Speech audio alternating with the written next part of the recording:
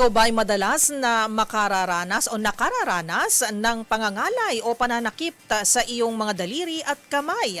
Maaring dulot yan ng labis na paggamit o iba pang mga dahilan, depende sa ating sitwasyon.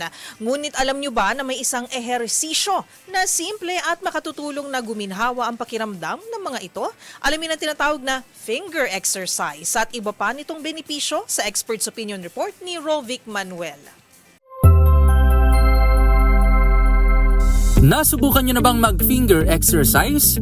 Isa itong uri ng pag-ehersisyo na tamang-tama para sa mga taong madalas na nangangalay ang mga daliri o kamay dahil sa madalas na pagko-computer, pagmomotor, paghawak ng gadgets at iba pang aktibidad na gumagamit ng kamay at daliri. Ayon sa mga eksperto, bukod sa pagtanggal ng ngalay, nakatutulong din ang regular na pag-ehersisyo ng mga daliri para mapalakas ang kamay, grip, motor skills, flexibility, joint mobility at makaiwas sa mga injury.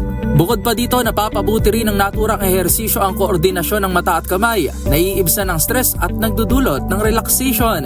Gayun din ang pagpapabuti sa blood circulation at joints at makaiwas sa discomfort para sa mga taong mayroon namang arthritis. Ayon sa Healthline, ilan sa mga finger exercise na maaaring gawin upang maibsan ang ngalay at makuha ang mga benepisyo dito ay ang mga sumusunod. Una na nga dyan ay ang finger extensor stretch, finger abduction 1, finger abduction 2, finger spread, palm presses, finger and hand openers, finger stretches at marami pang iba. Ayon sa mga eksperto, mainam pa rin na matutuhan ng pagsa-self-massage upang maibsan ang ngalay at trigger finger. Paalala rin ng mga eksperto na kumonsulta agad sa doktor kung makaranas ng matinding discomfort o dislocated sa buto sa ating mga kamay at daliri.